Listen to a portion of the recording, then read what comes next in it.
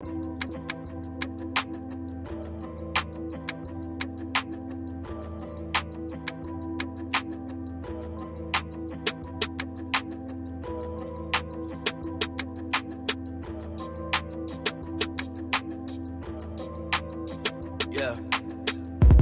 I can feel the air up there when the eye feels so clear.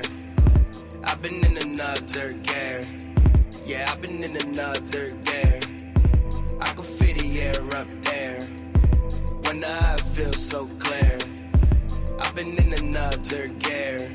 Yeah, I've been in another gear. Yeah, I've been on another wave. About to blast off for days. Damn, they don't even know my face. What the fuck she even saw my face? Know my whole story before she even talked to me. Feel like I'm a superstar when you walk to me. Everybody wanna know my name. Yes, sir. Yes, sir. Everybody wanna. Okay. And still be butchering the name, but it's all good. What's up?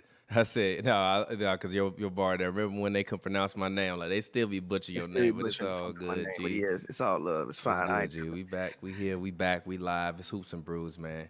What's good? I'm chilling, bro. How you? I'm all right, man. I had a very good day today, so I can't complain. It's nice to have one of those, and seeing all of this NBA talk is just like it has my mind hurt in terms of just like what's going on. But it's a lot of stuff to talk about, so I'm glad that we here. It is a lot of stuff to talk about. I figured what we should start with first is the team that we both cover, who has been going through some struggles since we last talked. Obviously they acquired James Harden. They shipped off some key pieces. I should say Plumlee also happened to get hurt, sprained his MCL. I guess he's going to be gone for a few months. They are, if I'm not mistaken, are they 0-4 or 0-5 since Harden came over? I think it's 0-4, but they about to be 0-5. They play the Nuggets tomorrow, which they probably going to lose to the Nuggets. What do we think about the Clippers?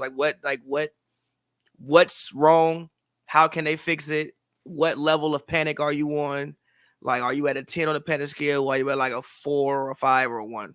Oh, no, I think the Clippers lost 5 in a row. 5 in a row? So Harden's I mean, technically, did they trade Harden before or after the Lakers game? After. After, okay, so they lost 4 in a row. Okay. But if you want my honest opinion on the Clippers, I said this when they made the trade, the night of the trade. Like, we did a special. I told you that I thought that the 76ers won a trade. And I gave you the exact reasons as to why I think that they won the trade, and you see it.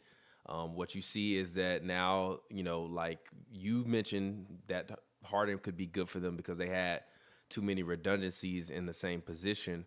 But their redundancies in the same position allowed them at times to be switchable, 1 through 5, even when Russ was in the game, because Russ still could switch on to a big. Like, we had that conversation. We had an episode where you said that you trust Russ to get rebounds more than you would trust. Like, you would trust Russ to get 15 rebounds before you trusted Rudy Gobert. That was like kind of the crux of the argument back then. So Russ is a guy that's going to be down there in the paint. Even if he is on a big, he's going to fight to get a rebound. Even if he loses, he's going to fight to get a rebound. So if you switch a lot, you can do that. You could do that with Batum and Covington on the floor. You can't do that with Harden and Highland on the floor, or Harden and Zubac on the floor. I think Harden's deficiencies now as a player have highlighted Ivica Zubac's deficiencies on both sides of the floor, because he looks human now. And the thing that always made Harden good with big men was that, like, he was good with big men with good foot speed. Like, Steven Adams is a big guy, but he still got good, foot speed. Clint Capella, big guy, good foot speed. Dwight Howard, big guy, good foot speed. Joel Embiid, big guy, good foot speed. Those guys you're able to play with because they're able to supplement your deficiencies that you have on offense and on defense. And now that Harden is in the game, and Russ essentially is relegated back to his role with the Lakers of having to stand in the corner, now the floor is closed up, and Harden's first step is no longer quicker than these young guys' first step, or even most of the guys' first step. He like level with them. So that's really what I think is the problem with them. Yeah.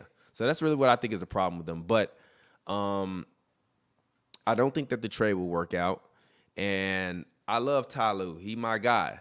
But he's to blame for everything that we're witnessing. With 6 minutes left in the game, the Clippers had closed the closed the gap. I think they were up by 1 point. And then he makes a substitution to put Harden back in the game. Like, oh, I got to get him going.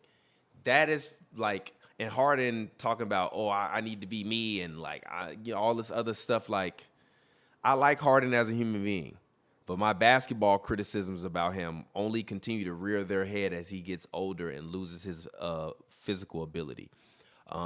Because what's to me apparently evident is that James Harden is only in it for James Harden. And the lack of effort on defense, really, especially with the Clippers, is what is appalling to me. Because I don't care if you miss shots, but you shouldn't be minus 27 for the game or minus 17 for one game, or minus 18. Most of that is because you're giving up more points than you're scoring. I also think that Kawhi Leonard is over the hill. So now you essentially have one superstar and 3 over-the-hill superstars. I think PG is still a superstar, and I think that the Clippers should be playing through him, but for some reason now they want to play through James Harden. I don't understand. And I think Kawhi is over the hill, Russ is over the hill, and Harden is over the hill. And Norm Powell is good off the bench.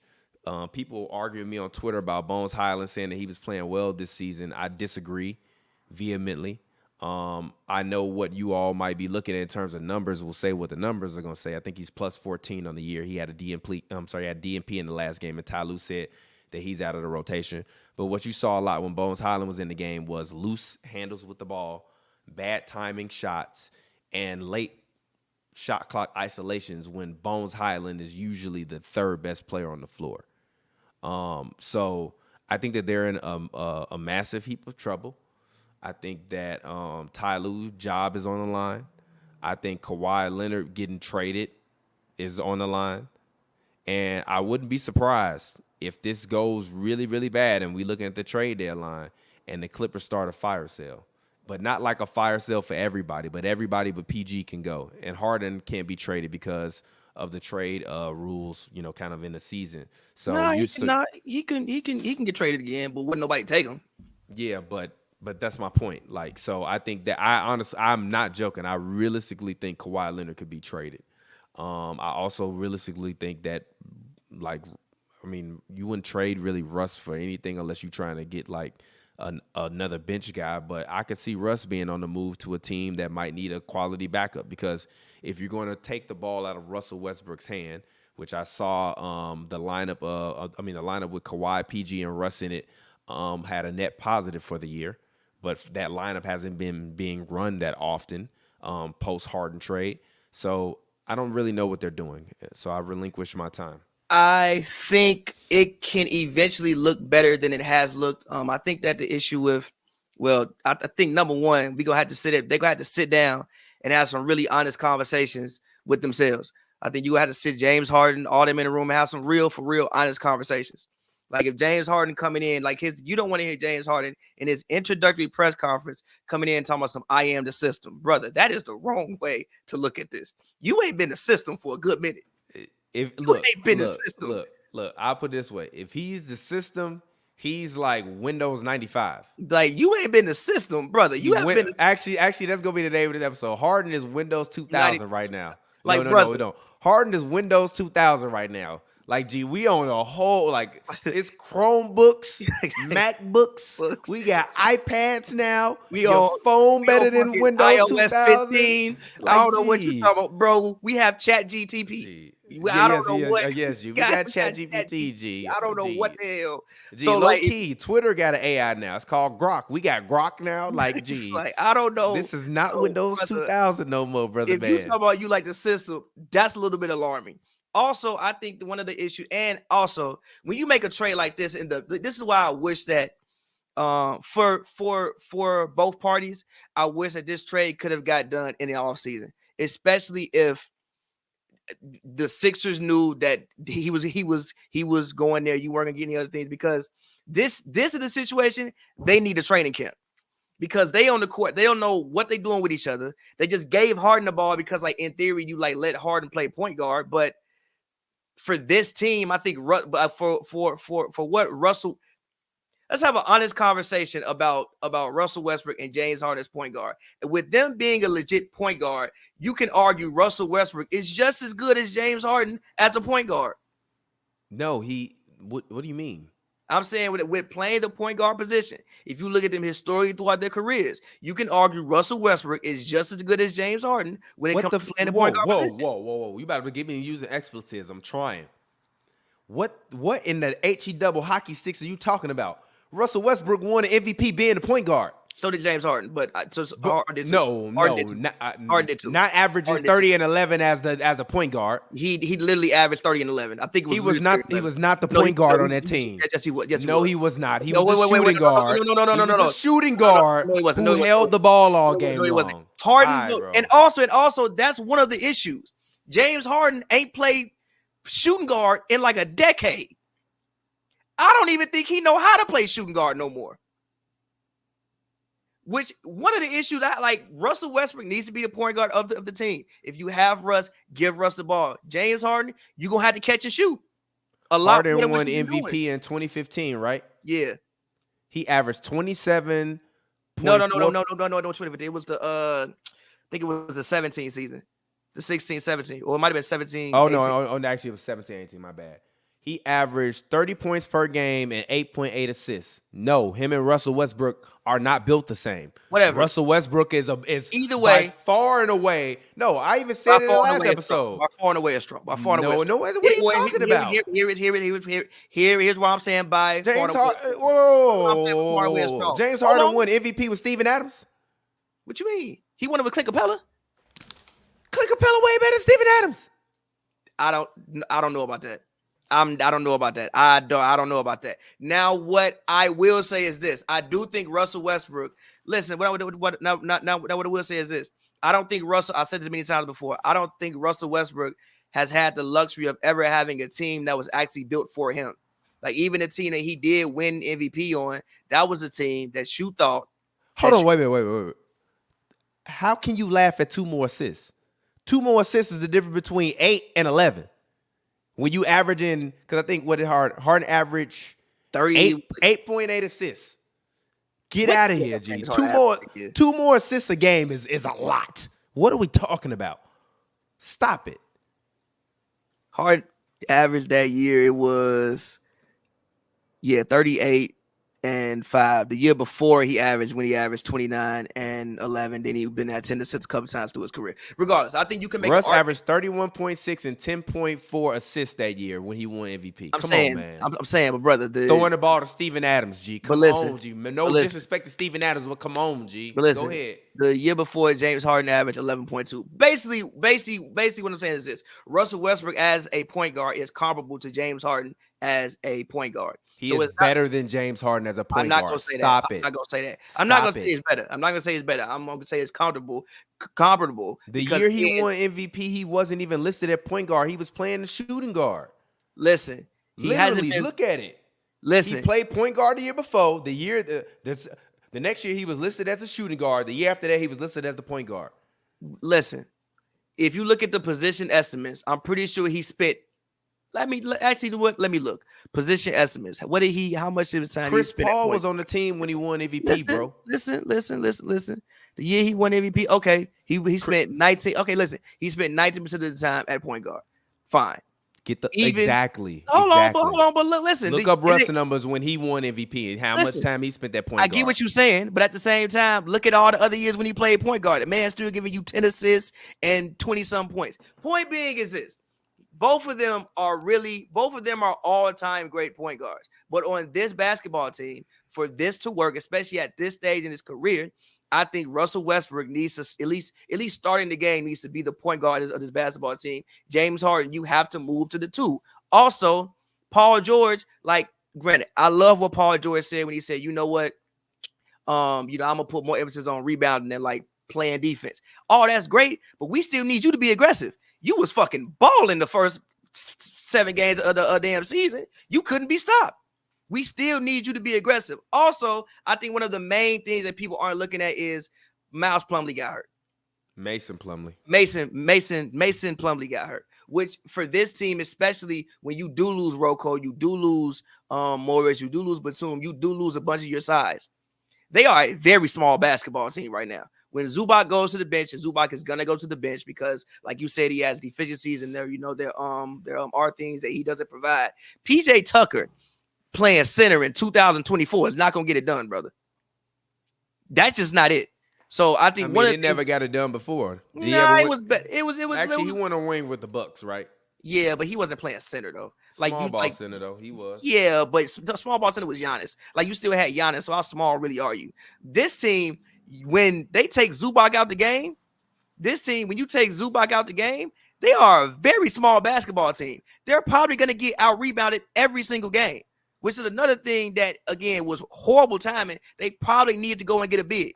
So again, I don't think all is lost. I think they can still salvage the situation. I don't know if they can win a championship. I'm not going to go that far. I think there are a couple teams in the West. I think the Timberwolves are better. I think the Mavericks are probably better. I think the Rockets might be better on some nights than this basketball team that we've been seeing. The Lakers are other that are better. But I do think that they can somewhat salvage this situation, but it's going to be very hard to do it because one, in season, you're not practicing that much. They didn't get to have a training camp, and you had to look at some guys that have some very, very, very, very, very honest conversations. And again, you got to look at the egos that's in that locker room. James Harden, the one MVP. Russell Westbrook, the one MVP. But I don't think Russell has as much of an ego now. Harden has one MVP. I'm sure Kawhi has an ego. I'm sure PG has an ego. Somebody gonna have to go in that. Somebody gonna have to do it. You know what? I'm gonna do less. I'm gonna change. And the person who's going to have to change is probably James Harden.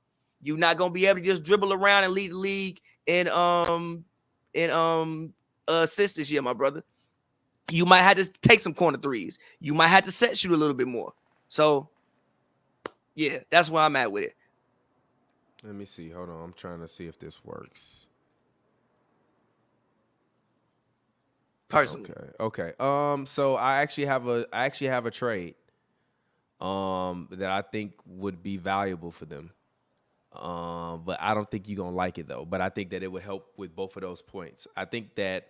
Hold on, let me see if I can take this setting off real quick because I'm looking at the trade machine. Hold on. I want to say one thing though before you go. I do agree with everybody can go besides PG. Also because PG would do a great job of marketing the franchise. Yeah. PG's podcast is fucking great. Like PG does a great job of marketing the franchise. Also, I think that he has more years left at the rate he's playing at than probably Kawhi Leonard does, unfortunately, because of all the injuries that we've seen recently.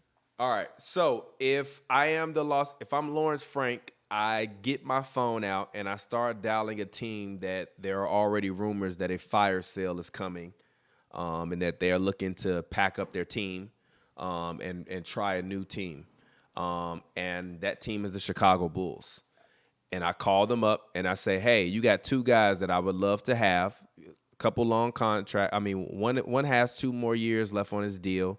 But I have some guys that I want to get off. I'm looking for more rebounding and better offense in the front court and a little bit of length. So I tell the Bulls to send me Nikola Vucevic and Torrey Craig, and I send them back Terrence Mann and Zubac.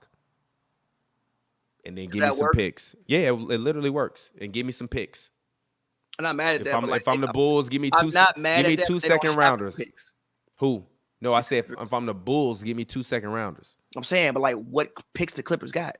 No, I'm not telling the Clippers to send me no picks. You're saying the Bulls send you 2 second rounders. I'm saying the Bulls send me a second rounder in 2030 and a more favorable protected second rounder in 2030. I just feel like that's not enough I just feel like the Clippers wouldn't be giving up enough. That's a lie. You just giving me Zubac and T-Man, and I'm giving you Vucevic. We don't have to. No, you're missing my point, bro. Vucevic has 3 years. He has 3 years, $18 million left. I know. If you're the Bulls and you're trying to have a fire sale and get rid of people, Terrence Mann has literally been considered untradeable this year. So you get a guy that is untradeable, a young wing. If you want to get rid of Zach or DeMar at that point, you then can do that and put T-Man there. You have Caruso, who's a defensive point guard, and then you try to rebuild around a young defensive team and be terrible and try to get you some picks. Like if I'm trading away Zach LaVine and DeRozan, I want a bunch of first-round picks. I agree. Can try to get a young guy. But Terrence Mann and Zubac fit that mold for me because even Zoo is still a starting center. So you get back 2 starters for 1 starter, and Vucevic don't play no fucking defense. What you think about this? No. Why? So he can run.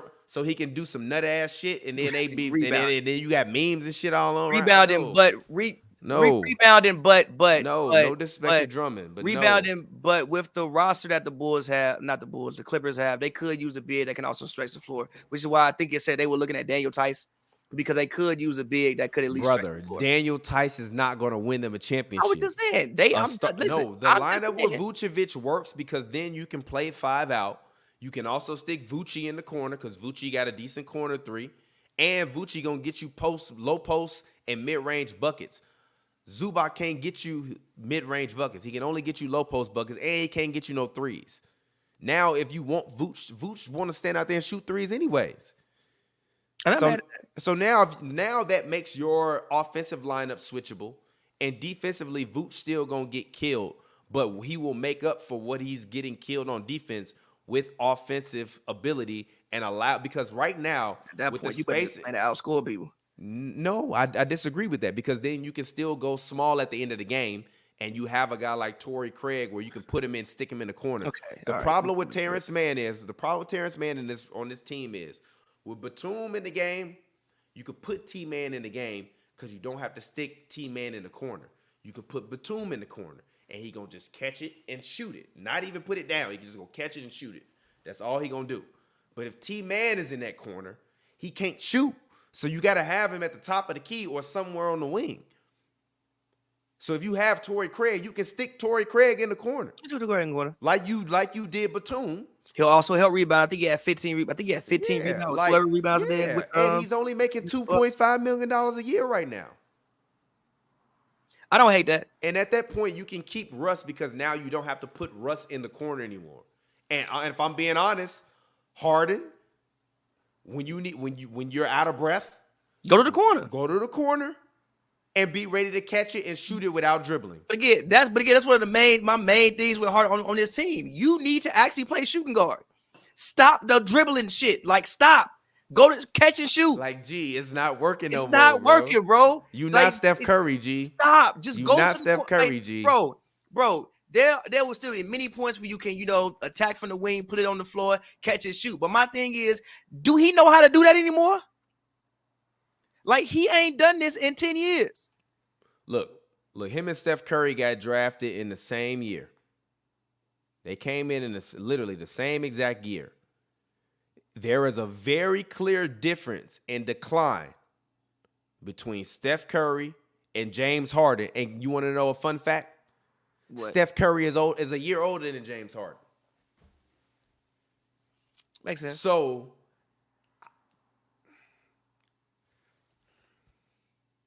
I probably won't do no more events for his charity anyways. But I don't mean this disrespectfully because as I've said before, like I used to criticize Harden for not coming up big in big moments when he was the guy. But now that's over with. So nothing I'm saying is personal. But I do believe his lifestyle is a huge part of the reason as to why he is no longer great anymore. Because the one thing you can never question about Steph Curry is he in shape? You've never questioned his physical prowess and his endurance and his ability to come in and be in shape. Am I right or wrong? You're not wrong. With James Harden, no, wait a minute. They lost to the Nets. I saw videos of him on X at a party after the game. He was on the party after the game. Gee. He was with his family. I think he was with his family. It does not matter. He was with his family, though. It does not matter. And that's why I said I don't want it to sound personal. It doesn't matter. The only thing I will say is it doesn't matter because you know what he could have done after they lost to the Nets and he had a not good performance? He could have went to that motherfucking gym Melo be at with that goddamn Lifetime hoodie Fitness. on. Like, yo, PG, Russ, Kawhi, let's go to Lifetime Fitness and practice. And we could have saw some pictures of them at Lifetime Fitness at 12 a.m. New York time with the hoodies on, like, yeah, we working on this to build this up because we going to win a ring. It don't feel like that. So to me, what we are going to see very quickly, and shout out to my guy Steve Ballmer, because he's always been very nice to me. He's always spoken to me when I've seen him. But you're going to see that enthusiasm turn into a...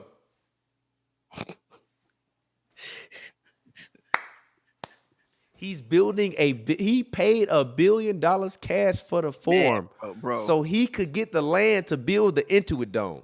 Man, bro. I paid $1 billion liquid. And not, all of them might... Not stock. I called up the banker and I said, hey, I need you to wire $1 billion. Wire $1 billion. Beautiful stadium too. Beautiful stadium. It looks incredible. It looks like it'll be the best. It opens next year. And none of them might not be. You guys are not about to embarrass me. They gonna have that man talking like Donald Sterling in a minute. And none of them might not be there next year. So I think literally there is a world where none of them are there next year. Gee, that man gonna be Harden. Harden. He's bringing him to my games. There is a world. There is literally a world in my games. Harden's bringing them to my games. There's a world where fucking we have a better of Bones Highland outside the Intuit Dome. Nah, I disagree with that. PG's not going nowhere. He's not going nowhere. I know. No. I'll say this. Even just looking at the trade thing, PG has 2 years, $45 million left. Kawhi 2 years, $45 million. I think they all play. But they're all player options. I'm pretty sure they're all player options. I think all of them can opt out after the 2 years. No, this summer they can all opt out. Like everybody can literally be gone. I doubt it happens. Like one of them is gonna stay, probably PG.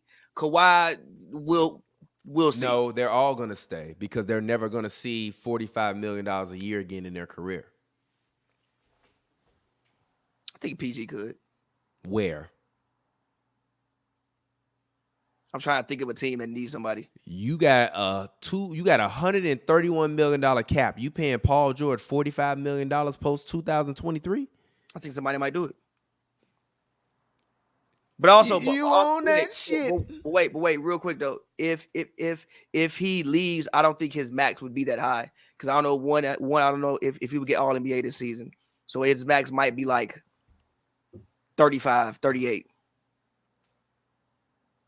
So we'll see. But again, but look.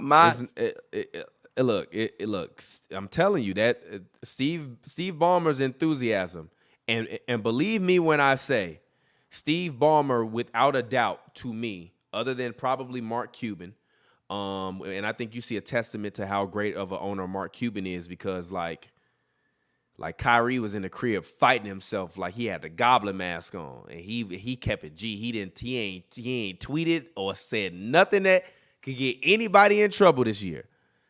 But I think Steve Ballmer is one of the best owners in the league. And I think that it's going to be very unfortunate that middle management might ruin what could have been like the Clippers realistically could have been two-time champions right now. If you look at the past 4 seasons, every time it's catastrophically come up short. So my point in that is that you're Steve Ballmer, and every season, and this is what even I said, I've gave up on thinking that they're gonna win a championship because it's just one catastrophe after another one. So I hope that it ends well for them, but I don't believe that it will. And I think that they could very, realistically be in a situation like the Mavericks, which we'll talk about, where they're going to the season next year where they have 2 superstars and a couple role players and a bunch of young guys that they're trying to reinvigorate their franchise with. Because right now, I don't think what they have is going to work. And I'll leave it at that. I'm not mad at it. Again, like I said, one, I think James Harden actually needs to go and play the shooting guard position. He needs to remember how to play the shooting guard position. Put the ball back in the put the ball back into Russell Westbrook's hands because he was playing great, and we've seen evidence of the Russ, Kawhi, PG lineup. The on-off numbers, they look really good, and Plumlee being out, I think, is a much bigger thing than what people will give it credit for, because trading off that size and your backup big being PJ Tucker. So now when you go to your small ball lineup, like everybody is under 6'7", 6'8" on the court. I think that is a huge thing. And they probably need to go get a big and fix that. And again, some egos got to get checked and they got to figure it out. I think that they can eventually find a way to right the ship and be better than what they look right now. But I think a championship might be out of the question for this season. And yeah, I'm gonna be honest. It might. They might not ever win a championship. I mean, but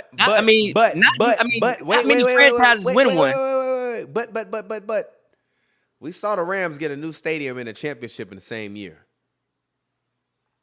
Yeah, but the Rams spent so much money.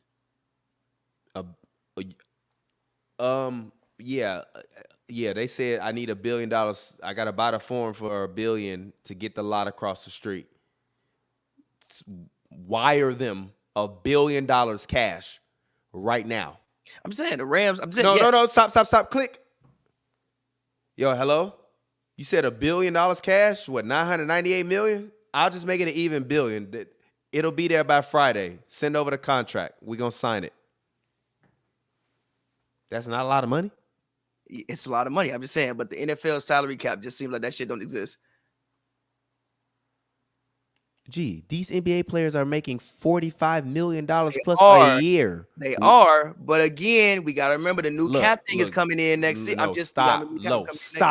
Now you're going to have me turn into Brandon Marshall, this motherfucker. They don't, their contracts, it's guaranteed for 4 years. You already know I'm starting my athlete. I started my tech app, bro. Like, I got the stats. These NBA players are making a ridiculous amount of money. I don't want to hear that shit. There is a lot of money being put in their pockets. And they trying to turn this shit into EuroLeague soccer. So I don't want to hear that. But anyways, let's move on. My son.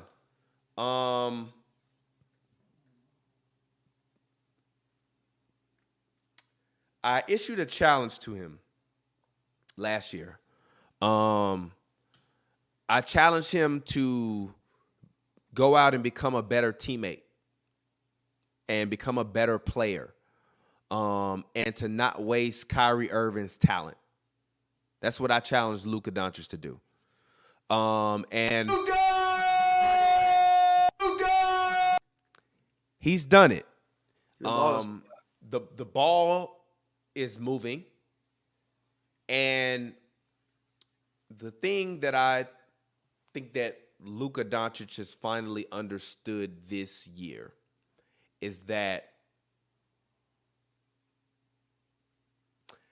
I can get 50, 10, and 10 and spend the entire night after the game exhausted and have to wake up and worry about doing it again tomorrow, or be sore the whole next day, and then the day after I got a back-to-back.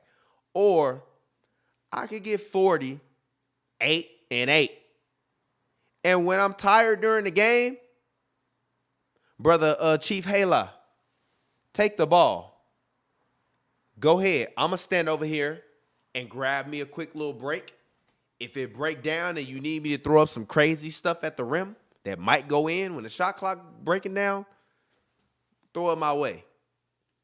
And all of the previous years with Luka Doncic, and this is no disrespect, but Tim Hardaway Jr. was his second best option on offense. Tim Hardaway Jr. didn't hit arguably the greatest shot in NBA history during the finals. We had Jalen Brunson, he had Spencer Dinwiddie. That's not exactly true. Jalen Brunson's better than Tim Hardaway Jr. He's better than Tim Hardaway Jr. Spencer Dinwiddie was too. I'm just saying they do have the best possible version of those guys in Kyrie Irving now. I'm just saying that's not 100% true. That's not 100% true. I'm just saying. But yes, they do have the best possible version of those guys in Kyrie Irving. When you needed a bucket, Brunson. This is why I always be screaming my watch more basketball. What you mad, bro? Because you weren't actually watching Mavericks games. Jalen Brunson only got the ball in the playoffs. During the regular season, when they needed a bucket, they would turn to Tim Hardaway Jr. You like, why are you giving Tim Hardaway Jr. the ball to be the second option? It should be Jalen Brunson. It should be Spencer Dinwiddie. But it wasn't. It was Tim Hardaway Jr. So my point is, you go from forcing a guy like Tim Hardaway Jr. to be your second option on offense, which was not a smart move, right? To having one of the greatest isolation basketball players to ever pick up a basketball. So if you're Luka, the need to get 50 every night is not there. If you get 50, you was just hot. Now I can turn to Kyrie, and on any given night, Kyrie can give me 30. Tim Hardaway Jr. can't do that. Spencer Dinwiddie can't do that. Jalen Brunson can't do that. Nobody, it's a very few amount of guys in the NBA ever that you can give the ball and say, hey, big fella, give me 30. And they just stand out there and give you 30.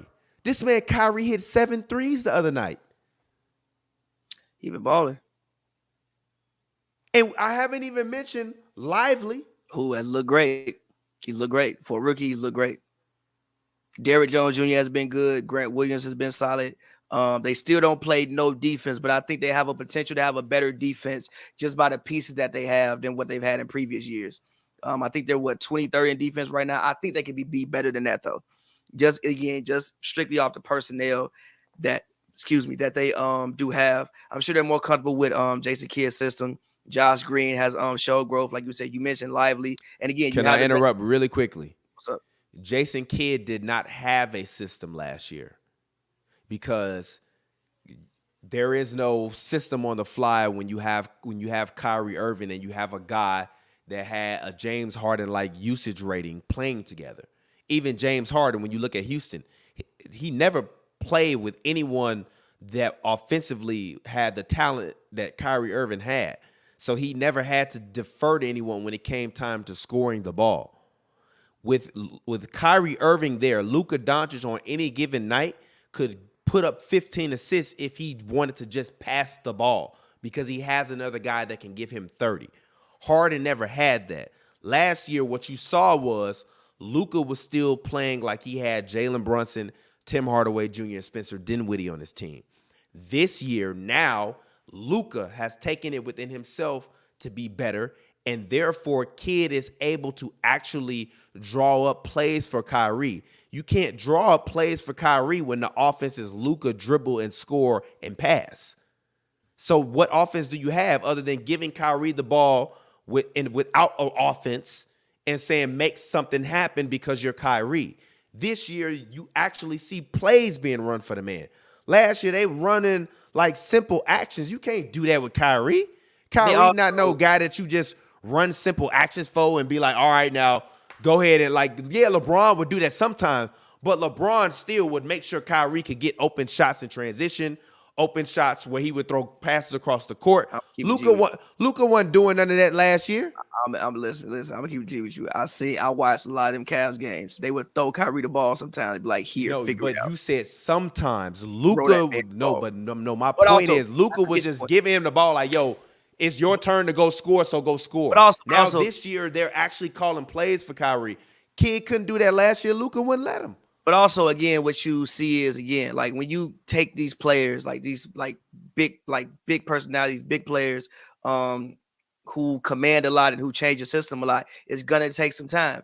That trade happened last year in February. Luka was in and out the lineup. Kyrie was in and out the lineup. I think didn't in Kyrie's first game when they were playing against the Clippers, Luka didn't even play.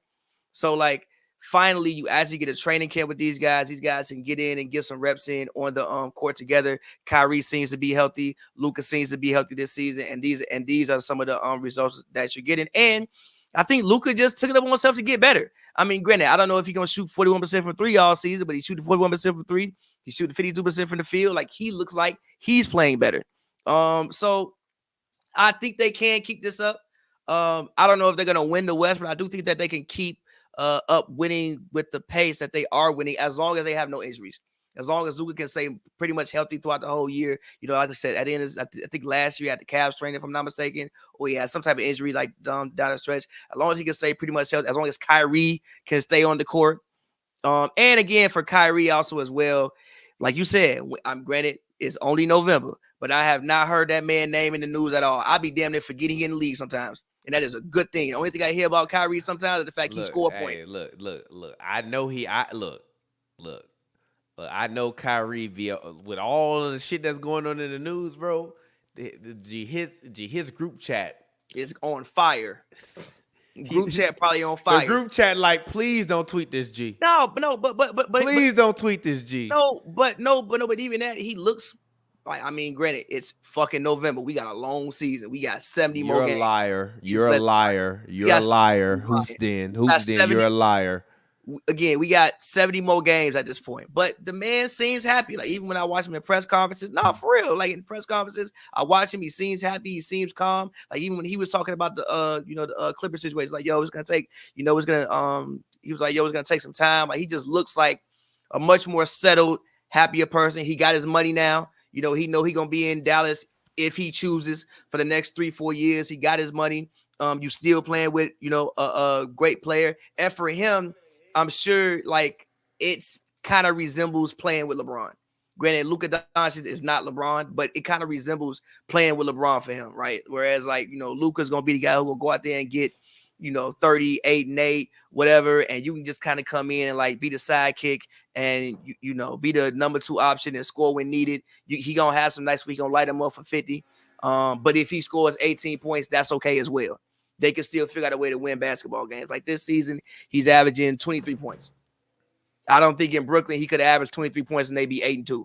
He would probably give you 28 in Brooklyn and playing with KD for them to be 8-2. So again, I do think that they can keep this up. And also, I think Lively has been a huge plus. And you can see why people were big on him coming out the draft, even though at Duke he didn't have the greatest season last year. You can still see why people were still big on him. Like I said, even though he didn't have the best season at Duke. So again, I like this team, and yes, I think that they can keep this up. And yeah, we'll see. By the way, the internet, why did they believe that Steph Curry shit? What? I didn't even see it, bro. It was like a video allegedly of, like, well, it wasn't Steph Curry. It's somebody who looked like Steph Curry drinking lean, and it said, yo, this is Steph drinking lean. The Mavericks finna cut him. I'm like, come on, G, that's not Steph. I mean, even if he was drinking lean, they ain't gonna cut him, boy. G, all the shit Miles Bridges did, and the worst, the least worst thing he do is probably drink some lean with the shit that be going on with these motherfucking NBA players. But facts. All right, let's go ahead. Let's move on. I want to talk about the Sixers real quick. Go ahead. Thoughts on the Sixers. My thoughts on the Sixers is exactly what the fuck I said. I said, I don't give a damn if Harden ain't on his team. You still have a good basketball team. Like I remember, shout out my homie Glasses. I was talking to Glasses. We was talking about, if like Bucks versus 76ers goes down. I'm like, you trying to tell me Tyrese Maxey can't outplay Dame Lillard 2 times in the series? I always thought Harden was actually kind of somewhat holding Maxey back, and you need to give this guy the ball and let him be who he is. Obviously, the Kelly Oubre thing genuinely does suck. Prayers up for Kelly Oubre. Hope you get back right and you get back straight. It genuinely does suck because he was playing good. And also Tobias Harris now, he's a guy where, like, the thing about Harden and even with, like, the thing about Tobias Harris, which I know, like, people would get on Tobias, especially when Harden was there. They would get on Tobias like, oh, Tobias, he doesn't score enough points. He's not a good third option. Bro, they would run no plays for the man. They wouldn't run plays for the man. Look, I am people. They wouldn't.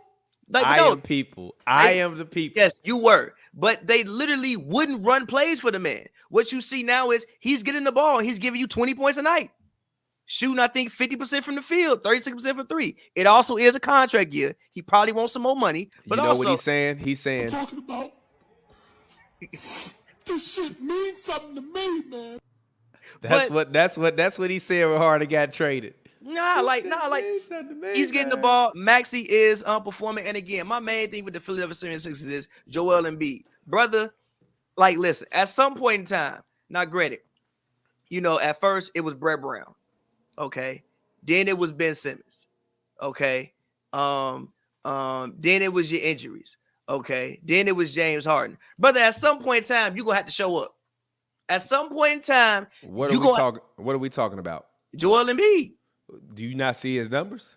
We see this every regular season, and then we get to the playoffs and lose second round. At some point in time, like I don't want to hear that shit. No, but I don't want to hear that from you because he finally has his guy. Oh, I don't want to hear this, bro. He does. Hold on, wait. He finally has his guy. I don't think he ever had his guy. We got to think about it. Ben Simmons, number 1 pick. Joel Embiid, number 1 pick. I understand what you're saying. It's instantaneously a competition that is inherently going to come from that. So my only point is, I'm just saying. I hear you, and I don't agree with you because, one, you wanted Harden over here. You did win an MVP with James Harden. It wasn't like he held you back. You had your best season today. Yeah, but what did he do in the playoffs? What did he do in the playoffs? What the fuck did Embiid do? He was on the court too. We watched the same goddamn game 6. They was up, and I didn't see Embiid shooting the ball either. I didn't really see Embiid doing nothing. I saw the same game 7 when Embiid had 8 points too. So I'm just saying, yeah, Harden was trash. He wasn't much better. I saw the Miami series the year before. I saw the fucking other Miami series. I saw the game 7 when you had a stomach ache. So I'm just saying, at some point in time, brother is on you. Like, if Joel Embiid wins even 1 ring, do you know what that does for him? Yeah. Like even where it puts him in the rank of best Sixers ever. Top 3? Top 4? Yeah, he got to be top 3. Like Dr. J, Moses Malone, Wilt Chamberlain, who else? AI wouldn't be over you. Nobody like that. Like that's the you would be the best Sixer in this decade. And again, which is why I said like that Sixers had to do something. You can't let you can't let this season go to waste because again, you do have a Joel Embiid who's in his prime, and Embiid has had injury issues, and it's not like he's like 27 years old. I think he's almost 30. So you don't know how much longer you're gonna really have with this nucleus to go win. And again, when I look at the East, who can't they beat? If Joel Embiid plays like Joel and fucking Embiid, who can't they beat? Why can't they beat the Bucks? Maxey can't go. I've seen Dame this season. Granted, it's early. It's very, very early. It is very early. You know, Dame probably going through a lot in his personal life. Also, he's probably not used to not having the ball all the time, so it's going to be a little bit of a adjustment for him. But I've seen Dame Lillard play basketball this year. I've watched it. I've looked at it. It don't look like Portland so far. It don't look like that. I watched shit today. Motherfuckers 1 for 13 for 3 against the Bulls. So it don't look like Portland. I've seen them play. So you trying to tell me Maxey can't go bucket for bucket with Dame? With the way Chris Middleton playing, you trying to tell me Tobias can't outplay him? If Embiid is who we think he is, he can't outplay Giannis? Let's move to Boston. They ain't got bodies for Tatum. They ain't got bodies for Brown. Like what? Why can't you win? So my thoughts on the Sixers is like, granted, will they win the Eastern Conference in the regular season? I don't know. Maybe they will, maybe they won't. But this is the Sixers team, that should have something to say about what goes on throughout the rest of the Eastern Conference. And if they don't, I don't hear no excuses. We even got rid of all your coaches. Brett Brown was an issue. Okay, he gone now. Doc Rivers don't make no adjustments. Okay, he gone now. We got Nick Nurse. Won a championship 4 years ago. We always think, well, at least I would assume, I think most of the basketball public thinks Nick Nurse is one of the better X's and O's guys in the league. I mean, he broke out a fucking boxing one in the finals. When the last time you seen a boxing one? When the last time you even thought to think to run a boxing one before he did it? So again, my thoughts on the Sixers is keep it up. Again, it's the same thing I said for the season. I don't care if Harden don't step on that court. You still got the team that you got to get it done. So, yeah. I can't argue with that. I think the biggest thing with the 76ers that I just want to see is just overall consistency. I don't believe that Joel Embiid will win MVP this year, but You do or you don't. I don't. But when you look at the way that he's been playing, he's still playing at an MVP caliber, and that's really all I need from him. I think that the 76ers. I'll put it this way, and I'm because I don't really have a lot to say about them, but I'll make my point like very succinct. I love Doc Rivers. I actually enjoy him being on TV. Great on TV. I love him on TV. I do miss Van Gundy though. I'm not gonna lie. I do. I miss Van Gundy because of his. I enjoy the spiteful nature of questioning the NBA. I like that personally. But I can understand. But I also love Doris Burke. So that team is a great team to listen to comment on games.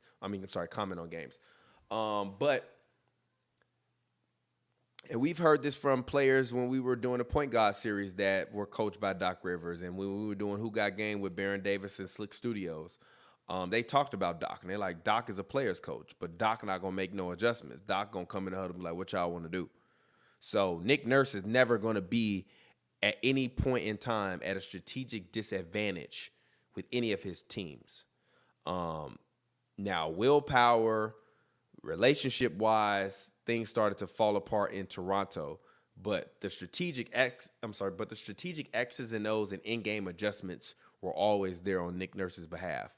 So even if you are Joel Embiid, there are times in that series with Doc Rivers where they just kept giving him the ball even though he didn't really have anything going. And a wise decision would have been to give the ball to a guy like Maxey, who the Celtics had no one to guard. And say like you create for us. We saw flashes of that, but we didn't see any consistent level. And that's part of the adjustment layer that needs to happen. I also believe that with Kelly Oubre's injury, the 76ers are going to make one more trade. I also think that you still have not even gotten a chance to see their depth. See, the problem with the Clippers trading those assets away was that they gave away depth. So if Harden doesn't work, there's no other pieces that are peripherally in that trade where you're like, if this piece doesn't work, then we're screwed. It's only really Harden. PJ Tucker is like a throw-in for salary, really. Like he's not going to make the difference in the Clippers winning a championship at this point in his career, no disrespect. So for me, looking at the 76ers, I truly believe Nicholas Batum is on my fantasy team. I literally went and picked him up. Robert Covington, I think, still has a third level in his career and a third phase. I think the beginning of his career, I think the beginning of his career, he was more of a sharpshooter, defensive guy. Last couple of years, he's been a journeyman. I think this year he will finish his career out as more of a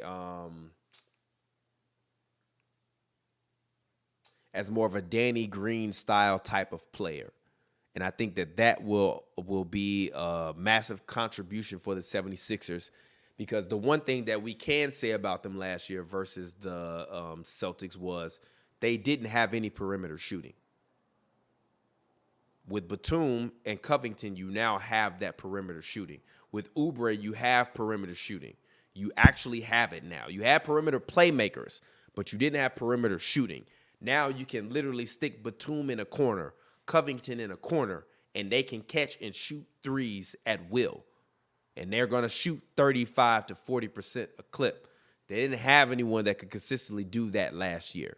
So I believe that I just need to see more from them and consistency, but I'm not worried about them. I thought that they won the trade the day that the trade happened, and I believe that going forward they will win the trade. Will they win a championship? No, but I told you there's only two contenders in the NBA to me this year. It's the Denver Nuggets and the Milwaukee Bucks. I disagree with that. I mean, when I just look at the Sixers roster again, if Embiid is who we think he is, what the fuck? Like, it's not like they don't at least be in the conversation every year. He just go out there and score 10 points when you need to score 35. So I think the Sixers in the NSL, I'm sorry. Yeah, but no other team has defenders that bother him anymore, though. Who? Embiid. No other team had defenders that bothered him last year. He scored 8 points in a game 7. They ain't bother you that damn much. Big Al and Robert Williams have always given him trouble, though. Big Al, shout out Big Al. It doesn't matter. No. Look, Savvy has nothing to do with your age. LeBron is still out there, almost 40 years old, playing amazingly. Listen. I don't want to hear that. Listen, hold on. No, because shout out Big Al. But the reason you get paid $200 million is to figure that shit out. I don't want to hear that. If you are who we all think you are, and who you supposed to be, you gotta at some point you gotta figure that out. Now again, like I said, we could put it on Harden, we could put it on Doc. We done put it on Ben Simmons. We done put it on Brett Brown. We done put it on everybody else. At some point, dog, you gotta solve them riddles. You on mute. Then on Harden look at his resume over the past couple years. But we can move on from that, though. Okay. We can move on from that. So let's actually talk about this. Here we go. That's funny as CB2 Smooth said, how do y'all feel about Anthony Edwards and the Timberwolves? I told you all, 3 years ago when we had the NBA draft special and Anthony Edwards went to the when he went to the Timberwolves, back when Ashton Nicole was on the channel, I told you, I said, LaMelo Ball is going to be a superstar, and Anthony Edwards is going to either be a bust or he's going to be the new Michael Jordan. And look at him. Okay, now, he's not as potent as Mike, but he looks just like Mike. Here's the thing about did you watch the Boston game? I didn't watch the Boston game. I watched the end of it, but I didn't watch the whole has game. Moments where how a lot of people would get hot offensively and they'll just score a whole bunch of points. Ant do both though. Ant will come down, hit a crazy mid-range, and then come back and guard your best player, which he was doing at Tatum. He had 5 fouls and was locking Tatum smooth up. Yeah. So I just like the competitive nature that Ant showed. Part of that was he said Tatum was talking trash to him, which also same thing Draymond did. Draymond walked up there. I believe he said Tatum was talking trash to him, saying that he couldn't guard him. And he was like, but I had 5 fouls, so I wasn't trying to get a foul, but I'm gonna show y'all I can guard y'all. Basically, is what he said. And he walked up there and guarded him. I think Baby Mike. I had this conversation. Shout out Scott in the barbershop. I had this on I'm not gonna hold you when they asked me who my sleeper teams was. I said the Timberwolves. I said the Timberwolves outside of Boston and Denver have the best first 6 in the NBA. Sleeper teams for what? Like in the Western Conference. To do what? I think they can make a conference finals run. I'm not upset at that. Even if you look at the playoffs last year, they played the Nuggets the best. Yeah, they actually did. They played the Nuggets the best. They actually did. They had me thinking, and they were missing Jaden McDaniels because he wanted to punch the fucking thing and break his hand. What did they ever say? He said, oh, they traded for Kevin Durant. We got Jaden McDaniels. Like, bro, what? No. Anthony Edwards said that. He was dead ass too. Shout out, man. We got Jaden McDaniels. Shout out, Mans. But no, and they were missing him, and I think they was missing some. And Rudy got fucking suspended, but for one game by the team, if I'm not mistaken, because he had that whole blow up with Kyle Anderson, which was hilarious. Stole that, man. By the way, Kyle Anderson's been playing very good this year. They all have. Rudy Reed has been playing good. By the way, that Nas Reed steal behind the back pass. You know what I'm talking about? Yeah, Nas Reed's been playing good. Rudy Gobert seems to finally Rudy allegedly said he's been feeling the best he's felt in a couple years. He seems to be back to his defensive player of the year form. And I know he's so fucking recovering from the COVID. Might have been. I don't know. And look, I know he's so fucking happy to finally have guards who actually try to play fucking guard people. I know he's so happy to have guards who actually try to guard people. Guards and wings. You ain't never, like, think about Rudy. He was doing all of this with a team whose defensive scheme. Joe Ingles was started, G. Their defensive scheme was literally shade everybody to Rudy. That is a horrible scheme, G. So your whole scheme is to let people walk by you and make me clean up everything. And then when in the playoffs, when teams go 5 wide, I look crazy because y'all keep getting broke down. So now I got to run my big ass from the fucking 3-point line back to the paint, back to the 3-point line. What do you want from me? Like, I think they have the best first 6 in the league. Again, Mike Conley, like, you know, he's probably a little bit over the hill, but he's still a good point guard. Anthony Edwards. When I look at Anthony Edwards, the Jazz would be like, "Hey, Donovan, we need you to play some defense." He'd be like, bro, what? Like, so I think the Team USA thing probably did a lot for him. Like, Team USA, I mean, you know, obviously it's a big stage. It's supposed to be like, you know, obviously we lost, but still supposed to be like, you know, a big stage in the world. He was the face of Team USA, I think. Anthony Edwards was the face of Team USA. He was the face of America for Team USA. He got his own shoe deal. There's no reason when we reconvene next season and we do a top 10 shooting guard list, why am I not putting Anthony Edwards number 1? He can go out and grab that this season. I mean, you know, you got Devin Booker, you got Donovan Mitchell, but like he can go out and grab that title this season. And we can't forget about Cat. Now, I know we all have our things about Cat. You know, Cat may not be, I think, the superstar that we thought he was. Can I quickly, not interject, but to supplement your point? I believe that Karl Anthony Towns finally understands his role because he's finally played with someone that he feels is a superior talent to him. Like, I don't believe he respected Jimmy Butler's talent, even though like Jimmy Butler's just like gotten better and better and better and better and better as a player and ascended. But with Anthony Edwards, you can see it from him getting drafted to what he's becoming. I think Cat realizes, like, I don't need to be the number 1 no more. If I'm a great number 2, if I can just get like 21 and 8 and play good defense and like not be a liability, Rudy can get his 12 and 12.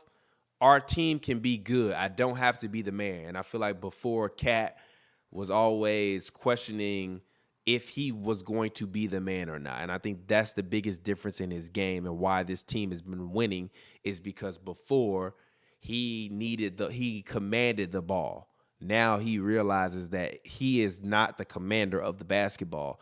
Anthony Edwards is. And if they play through Anthony Edwards, his shots will become easier. Rudy's game will be easier. And he just needs to focus on getting 8 rebounds, blocking the shot, and making his shots. Which still, Karl Anthony Towns is shooting 45% from the field goal range this year. That is abysmal. You are 6'11". He needs to be better. A lot of it is the fact he's shooting 34% from 3, which for him is low as hell. But also, I mean, we have to think about it, like, even number 1, I think he finally has a point guard, Mike Conley. Like, I remember that series against Memphis that they should have won. They should have won that playoff series against Memphis. They lost 2 20-point leads in 1 game. That should never happen. Also, I think Chris Finch is getting better. You know, I think a lot of times because I wanted him fired after that. After that abysmal performance in the past 2 play-in playoffs. Brother, so like I think that sometimes we talk about players getting better. He's the white Doc Rivers. I'm not mad at that. I think sometimes we talk about players getting better and don't realize that coaches can also get better too. So when I look at this Timberwolves team, like, yeah, I think this team is legit as long as they can stay healthy. But that's for everybody. But stay healthy and keep growing. I think they can make a conference finals run. I really do. And I think that if they see a team like the Nuggets in like the second round, I don't think they would beat them. But I do think that they could make that series very, very, very, very difficult for them. It'd be a nice 5-game series. I'm going 6. No, not if Jamal Murray's healthy. I'm going 6. Nah. I'm going 6. That boy Jokic was warming up before the game. He had 4 threes in a row. He randomly shot a 3 left-handed, and it looked like he was shooting it with his normal hand. He did do that. Let's move on. Let's actually talk about the surprise of the season. Which, you know what's funny? I said that they were going to win 40 games before the season. I think I agree with you. And people kind of call me crazy on Twitter. But Ime Udoka is a phenomenal coach. When he's motivated and his tank is empty, he's good. His tank is empty is insane. When his tank is empty, he is good. Insane. When his tank is empty, he is feeling fine, and he is coaching his ass off. What I would Shout say out to is Jeezy. they finally have actual NBA players in there, and you can say what you want to say about actual adults. Actual adults. And again, you can say what you want to say about Dylan Brooks, but he's been playing a damn good basketball. Dylan Brooks say what you want to say about. You can say what you say about Dylan Brooks, but we got to be honest about Dylan Brooks. Dylan Brooks is damn good basketball player. A damn good basketball player, and he's leading the league in 3-point percentage. Did you know that? That is that fact. 53% from 3-point land right now. 53%. Like, wow. They have actual legitimate NBA basketball players, professionals, adults. You're not just seeing Jalen Green run up and do whatever. Also, Kevin Porter being off the team is great for them. I said that when, again, the situation, unfortunate, shouldn't have done it. But I said it when it happened. They're going to get better. And Alfred Şengün looking like baby Jokic. But again, so for me, it's just, again, having an actual professional coach like Steven Silas. Shout out Steven Silas. It wasn't all his fault, yo. It wasn't all his fault. Like, bro, they signed you. You think you finna be coaching James Harden and John Wall. James Harden hang out with little baby y'all summer and want to get traded. What the fuck am I supposed to do about that? Then they want to sit John Wall down the whole season and run literal children out there the whole season. Like, bro, by the way, he is not leading the league in 3-point percentage. Technically, I guess Cameron Payne is leading the league in NBA 3-point percentage. Technically, Dylan Brooks is 2, but Dylan Brooks is shooting 53% from the 3-point line. He's only taking 3 a game, which I think is actually good, crazy. Good. Jay Crowder is shooting 51% from 3, playing 26 minutes a night. Batum. The Clippers are tweaking. Batum shooting 50% from 3 this year. They tweak, bro. Go ahead. So again, like the Rockets just have actual, like, again, I think they'll obviously run into some like rough patches, but like they have actual professional basketball players on their team finally for the first time. Grant Williams shooting 50% from 3 this year. That makes sense. Chet Holmgren shooting 50% from 3 this year. I didn't know that shit. Grayson Allen shooting 48% from 3 this year. Jetty is shooting 45.5% from 3 this year. What is going on, G? I don't know either. It's gonna calm down though. It's only been 8 games. Well, yeah, I know, but still, good Lord. But yeah, no. So like, yeah. I just think that you are seeing the effects of, one, a good coach, and also 2, having actual professional NBA players on your basketball team, which Houston has not had in 4 years. Yeah, no, I agree wholeheartedly. But Tim Hardaway Jr. is taking 9.2 threes a game this year. That's his job, though. No, I know. What did we just talk about? Okay, fair. A half hour ago. But this is my point. He is taking 9. He is 3rd in the league in 3-point. No, 4th in the league in 3-point attempts. That's funny as hell. Question: is Şengün an all-star this season? What did Donald Glover say? I don't know what Donald Glover said. This is America. No. Fuck out of here. No. They not going to vote that man. He not playing no goddamn all-star game. Come on, man. You know them goddamn coaches not voting that man as no goddamn all-star. Stop. He giving you 19, 8, and 6. No, listen to me. He is great. He is like a better version of Marc Gasol on offense. On offense. I'm not mad at that. On offense. He's a better version of Marc Gasol. I would have said Brad Miller. Nah. Because people forget Marc Gasol was really good on offense. He was. He could give you 16 a game while giving you 10 rebounds and playing all NBA level defense. Alperen Şengün right now is averaging 19.4 points per game, 8.2 rebounds, 6 assists, and he's shooting 60% from the field goal range this year. So I believe that he is playing at an all-star caliber type of level. But if there's going to be in the West, there's going to be 4 centers that are going to be all-star. I'm sorry.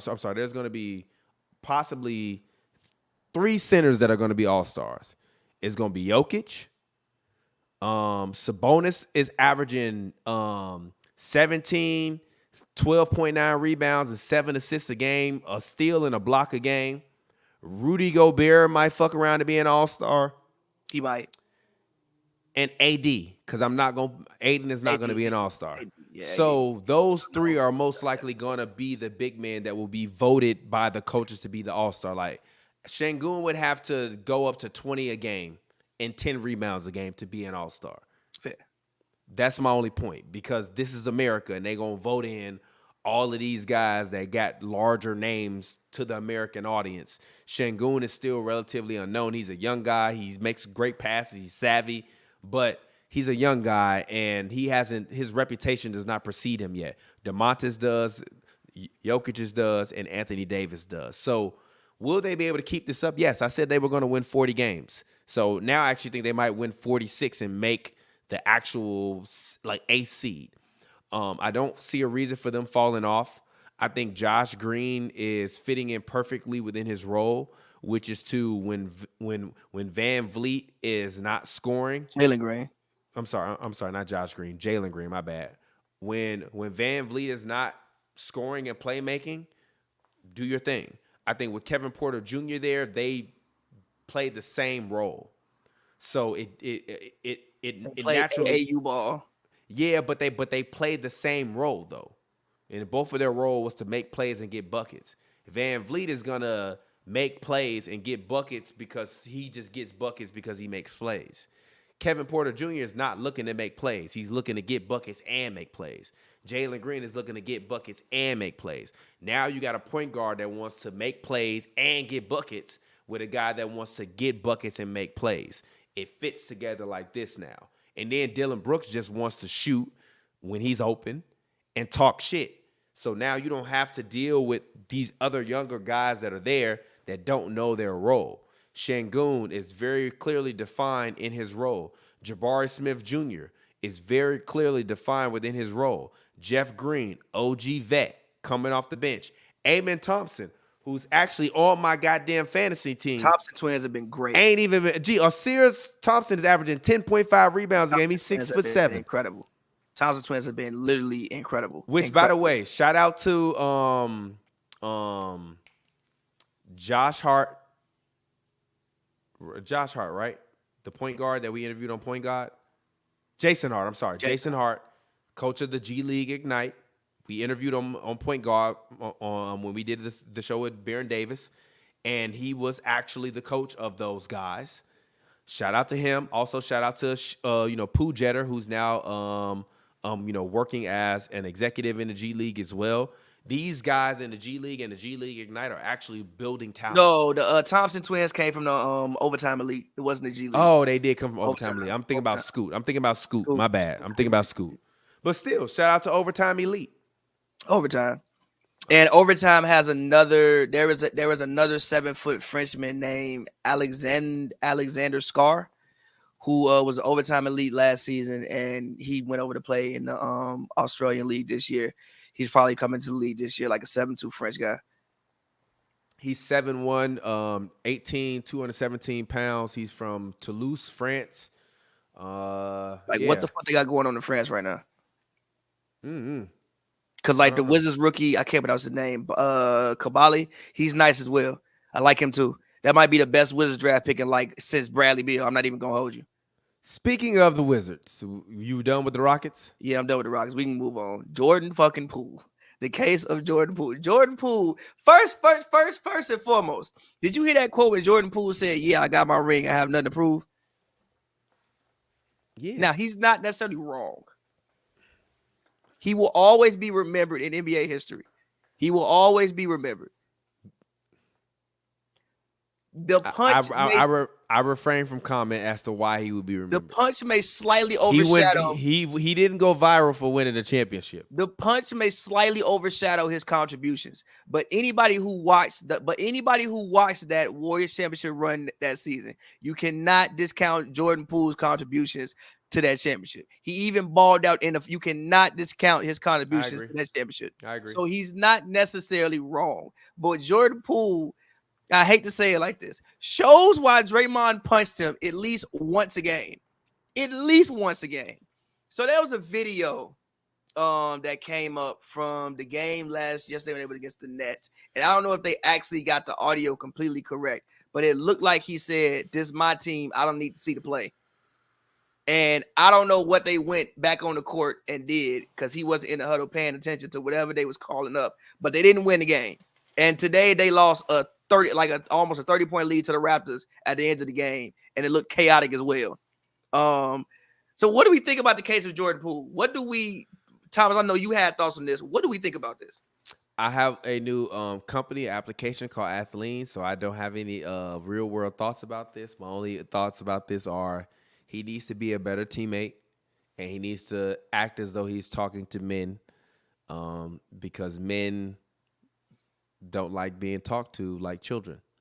And if you don't have anything left to prove, then if I'm the guy on the bench, why am I listening to you?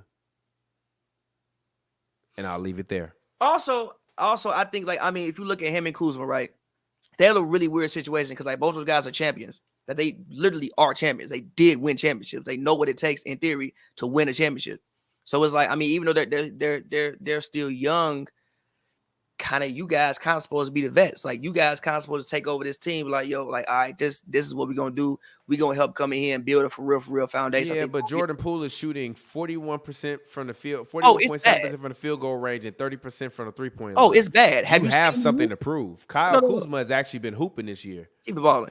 But have you actually watched the Wizards game? Kyle Kuzma's averaging 27. I'm sorry. He's averaging 23 points per game, 6.4 rebounds, 3 assists, shooting 47.7% from the field goal range, and 32.8% from the 3-point line. He's only averaging 1.8 turnovers a game this year.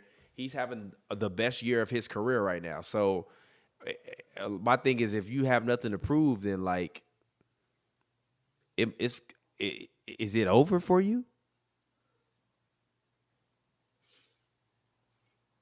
I don't know, but that was just an interesting video. And again, watching the Wizards hoop is like, bro, if you ever get time and you actually not doing nothing, just watch a Wizards game. Why? It is some of the most hilarious basketball you will ever see. We got down to the stretch one day, and you do good though. And they did this twice. They ran an isolation for Denny Avia 2 times. Denny. Isolation for the game. It's a joke. Never mind. For Denny. So for the isolations, it's a joke in there somewhere, but I'm gonna leave that alone. So again, yeah, man, the Wizards are just a very interesting case, an interesting watch. Only they would run an isolation for a third-year guy that has done nothing. This is hilarious. I think it's fourth year now. Even worse. But yes, they ran an isolation for Denny. And I will say this: Denny is averaging 12.9 points per game. He's not bad, but running an isolation for Denny is what are you doing? Actually, you know what? Low key, Denny. You know what? I take that back, G. You've been hooping this year. He's shooting 49.5 points. I'm sorry, shooting 49.5% from the field goal range. 34.5% from the 3-point line. He's averaging 12.9, 5.8 rebounds, 1.1 steals. You know what, Denny? Denny, you know what? Solid basketball. I'm gonna take that back. Denny. My bad, G. Is a solid basketball. You've been hooping this year. The issue the issue is their lineup is Kyle Kuzma, Jordan Poole, Denny Advia, Corey Kispert, and Tyus Jones. That's our start lineup. It's Tyus Jones, Jordan Poole, Kyle Kuzma, Denny, and Gafford. Oh yeah, even worse. Gafford is averaging 7.4, 6.7 rebounds. He averages 6 rebounds. 6.4. Jesus Christ. So yeah, the Wizards are gonna be historically bad this season. Basically, they gonna get the Frenchman. Basically, but speaking of Frenchmen, your man's WEMBY. I've been watching more Spurs games.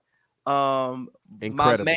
My main thing about the Spurs is they don't pass him the goddamn ball. But can we please stop the Jeremy Sohan at point guard experience? Like, please, can we please just stop it, G? Can we just start Trey Jones, bro? Can we please stop the Sohan at point guard experiment? Can you get the man a point guard? Please, can you get WEMBY a point guard? What are we doing? Like, what are we actually doing? Can we please get WEMBY a point guard? Can I be honest? What? If the Bulls have a fire sale, I go and get Javon Carter and start him. I think the Bulls probably want to keep Javon Carter. I would like to keep Javon Carter. Why? I would honestly keep Javon. I would watch the game today because I think you still need he's been playing very well. That's why I said why would you keep him? He's from the city. You could get a second round pick for him though. Yes, but I feel like I could probably get more if I offer Caruso. No, you're missing my point. I get what you're saying. If you're the Bulls and you're giving away everyone, I get what you're saying. Go get a second round pick for Javon Carter. When would he ever be worth a second round pick? Like, just swap him for a second round pick. The Spurs got capped, they'll take him. I just think you still need culture builders. And again, Javon is from the city. You got to keep somebody around. I really want him to go there, but I'm not going to say that. Like, Javon is from the city. Coach, you got to keep somebody around. But, like, this man, WEMBY, G, he leading the Spurs in points, rebounds, blocks, steals. Get the man a point guard. G. Yeah, but the Shohan experience does need to end, but I understand what Pop is trying to do. Pop is basically trying to turn him into Draymond Green. Yeah, I get that. But the only issue with it is he's not naturally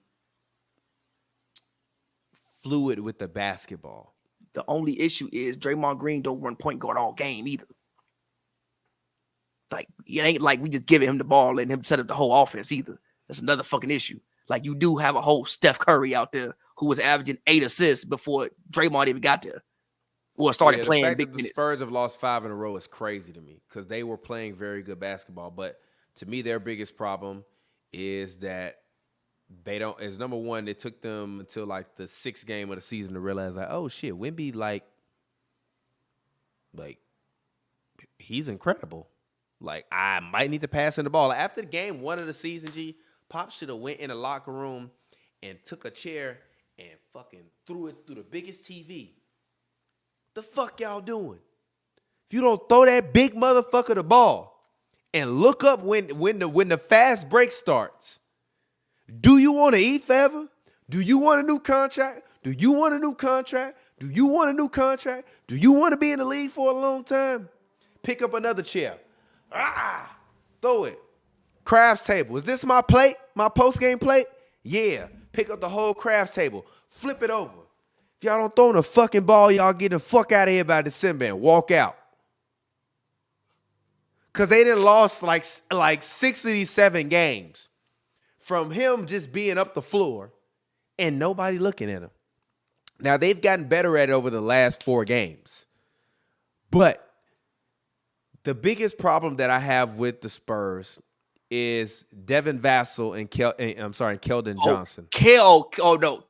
Vassell was both fine. Of them. Keldon Johnson be out there playing for himself. No, Keldon Johnson out there like he played in the Olympics and he think he hard. You cannot tell Keldon Johnson he not Kevin Durant. Keldon Johnson does not give a fuck. Devin Vassell is fine. Like, Devin Vassell, he shoot his shots, shoot his open looks. A lot of the shit he gets is from WEMBY. Keldon Johnson be going rogue. Like, literally be going rogue. You can't tell Keldon Johnson it's not his team. Now, sometimes they do wield good results, but it's like Keldon. Like, I be watching some of the games like, gee, give the fucking ball to WEMBY. What are you doing? They don't yield good results. Keldon Johnson shooting 44.1% from the field goal range, 31.4% from the three-point line, 68% from the free throw line. Give WEMBY the ball and move. I be watching sometimes like, gee, what the fuck are you doing, G? That was like one play I think against the Heat. And like, I forgot, it was either I think it was the Heat. He had time to keep. I'm like, G, just give WEMBY the ball. What are you doing, bro? Just give him the ball, G. The fuck are you doing, yo? But again, this is why I get the man a point guard, G. They have by the way, WEMBY is better. WEMBY is better than rookie LeBron. Can we get? Oh my God, bro. He is. Oh my God. He is. Oh my God. He is. He give you 2.4 blocks a game. Oh my God. And Braun was giving you like fucking 8 assists, not 8, 7, 6 assists. In that time, though. In that time. When the lead scores were like fucking, Braun was averaging, I think. Braun rookie, he averaged 20.9 points, 3.5 turnovers, 0.7 blocks, 1.6 steals, 5.9 assists, 5.5 rebounds. He was taking 18.9 shots a game, shooting 41.7% from the 41.7% from the field goal range, 29% from the three-point line, and 75.4% from the free throw line. He played 79 games. He played 39.5 minutes a game. WEMBY this year is averaging so far 19.7 points per game, 3.8 turnovers, 1.1 steals, 2.4 blocks, 2.5 assists, 8.8 rebounds, shooting 76.6% from the free throw line, 29.8% from the three-point range, 44.7% from the field goal range, all better than LeBron. And he's only playing 30 minutes a game, and he's taking 2.8 less shots a game than LeBron, and only averaging literally 1.2 less points than LeBron. I'm not going He there is yet. better than rookie LeBron. One, I'm not going there yet. Two, I think Braun was like top. And it's not a dumb. Hold on, wait, real quick. It's not a dumb comparison because this is comparative with hype. But Braun was top. I think Braun was top 15 in scoring in that era. That was a lot of fucking points. In 2000, in 03, 04, when they were scoring 80 points a game, that was a lot of points, bro. If I'm not mistaken, he was like top 15 in scoring as a rookie. Am I wrong? So what? I'm just saying. Now, granted, we gotta let Look. If WEMBY averaged the same amount of points, he would be number 38 in points right now. He would be averaging a little bit under Kawhi Leonard. No, he's giving you a steal a game and 2.4 blocks a game. And Braun was giving you 5 assists and giving you 5 rebounds. I don't want LeBron to be forgotten. LeBron is the barometer of this new century of the great NBA players. Everybody better than rookie LeBron. You did say Paolo was better than rookie LeBron. He was better. Paolo Ranchero was better than rookie LeBron. Yes, he was. He was better than rookie LeBron. So was Luka. Facts. He was not. Luka was too. Luka was too. Luka was too. Paolo and Luka was better than rookie LeBron. That's it. Everybody else know. The only person I will accept again if WEMBY came out of the French league. Gee, I don't want to hear that. Who the fuck you know that was on WEMBY team? The dude the Wizards picked, top 10. He was on WEMBY team. Swear to God. They making a movie about it? What you mean, huh? They gonna make a movie about it? They make a movie about WEMBY? I'm saying they gonna make a movie about it like they did LeBron. What? What you talking? Probably at some point in time. They ain't make no goddamn movie. They will gonna make a movie, but they gonna call that shit Coming to America. Call that shit WEMBY. They definitely gonna make a movie about that shit and probably name it exactly what you just said. In about 5 years, they definitely gonna make a movie about that shit. They gonna find some tall ass light skinned nigga to be like, hey, stand there and speak French. They definitely gonna make a movie about this shit. But one last thing before we get out of here. Could Dame Lillard be over the hill? I said that last year, and y'all called me crazy. I don't want to talk to you, man. Get off, get off my phone, bro. Could Dame Lillard possibly get be off over my the phone, hill? bro? Now, granted, it's very early, like I said. Maybe the man just trying to adjust, but he is 33? I think at this point, 33 years. I think he just turned 33. You know, sometimes it happens for guards quickly. I mean, you're wrong. Number one, he's taking literally 5 less shots a game this year. He's shooting terribly this year. He's shooting terribly. That's also my thing. But now, granted, but stop. His turnovers are down. Well, his assists down too. Can you fucking let me finish? I'm just saying. His turnovers are down. His personal fouls are down. His steals are up. His assists are down. Right? But his free throw percentage is still good.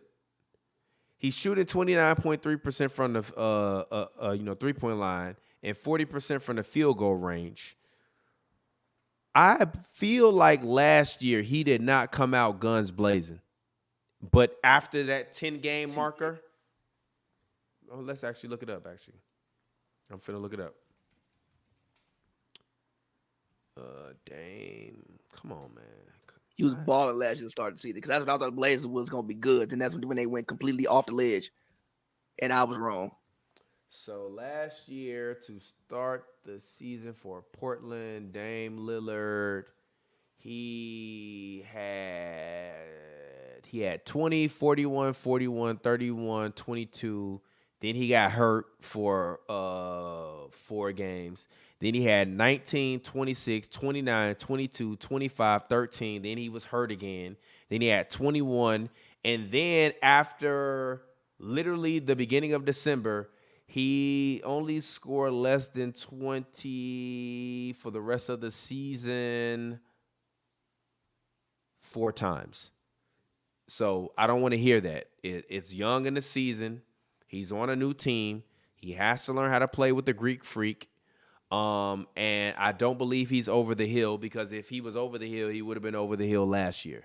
And last year, I said he was over the hill. He was going to be over the hill to start the season and before the season. And then once December hit, he lost his goddamn mind. So no, it's not over. He's not over the hill. If he's still trash come March, then I'll have this discussion. But for right now, it's disrespectful. Like I said, it's disrespectful. Like me saying he was going to fall off and average 24 last year. Again, well, he might average 24 this year. I just think his percentages will probably improve. I don't think he has to average. If his 30. percentages improve at all, he's going to average more than 24. Here's my thing with Dame. He's averaging 24, and he's shooting terribly right now. Here's my thing. Playing some of the least efficient basketball he's ever played in his career, PER-wise. Yeah, even this is low key one of the worst offensive rating years he's had since 2016, 2017, other than 2021, 2022. Go ahead.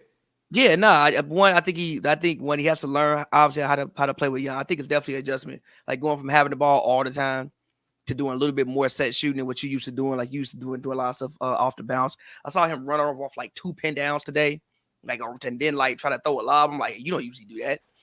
So yeah, it's definitely gonna be a adjustment period for him. Also, defensively, the Bucks defense as a whole is just like they gotta fix that shit. But again, they have a rookie coach.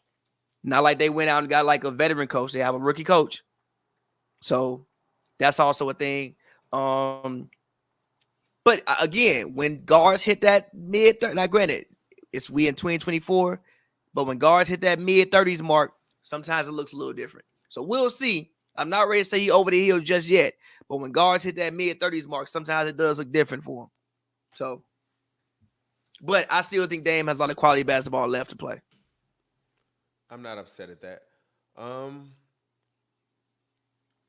Yeah, I feel like we talked about everything that we needed to talk about. My random question is, because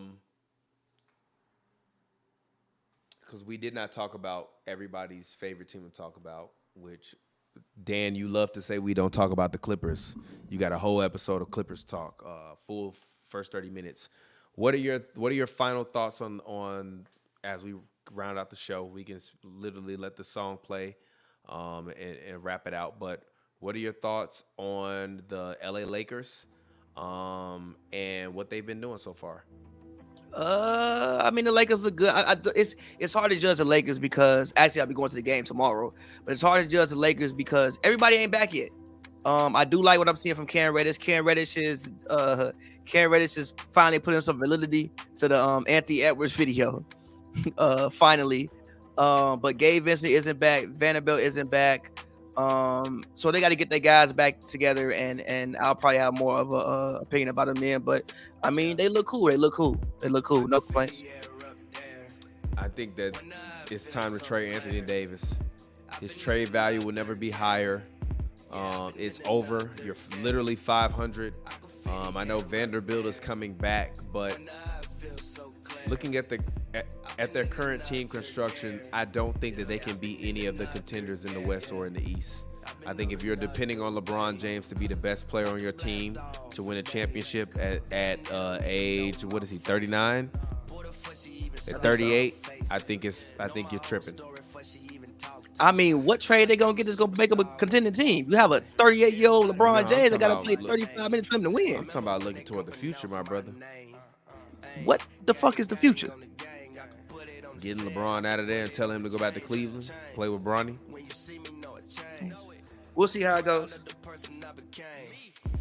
I mean, yeah, but I mean that's just my opinion. Like I look at them and I see the same team from last year, and Joe gonna owe me a bottle. Man, Austin Reeves averaging 13 points a game. You talking about he gonna average 16 off the bench? I mean, it could happen, but like, you think Austin? I bet me right now, Austin Reeves gonna average 16 off the bench. I'm not betting you.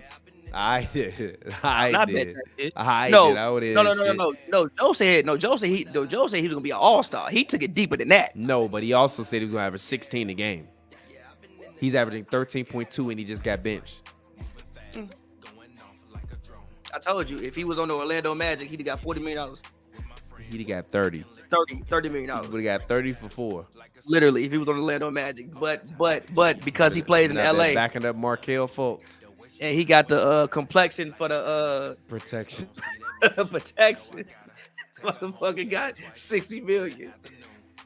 Hey, he got billboards in LA, so he is a star. Yes, he is a star for sure. Yep. But anyways, it's been Hoops and Brews. Final thoughts, Pavy? Nah, man. Happy to be here. See y'all next time. Yes, man. It's your boy TPJ, man. I appreciate y'all. Keep rocking with us. Until next time, we'll get up with y'all later. Driving Impalas, 4s too, talking about they superstars. How you a superstar with a boot on your car? I can feel the air up there. When I feel so clear. I've been in another gear. Yeah, I've been in another gear. I can feel the air up there. When I feel so clear. I've been in another gear. Yeah, I've been in another gear.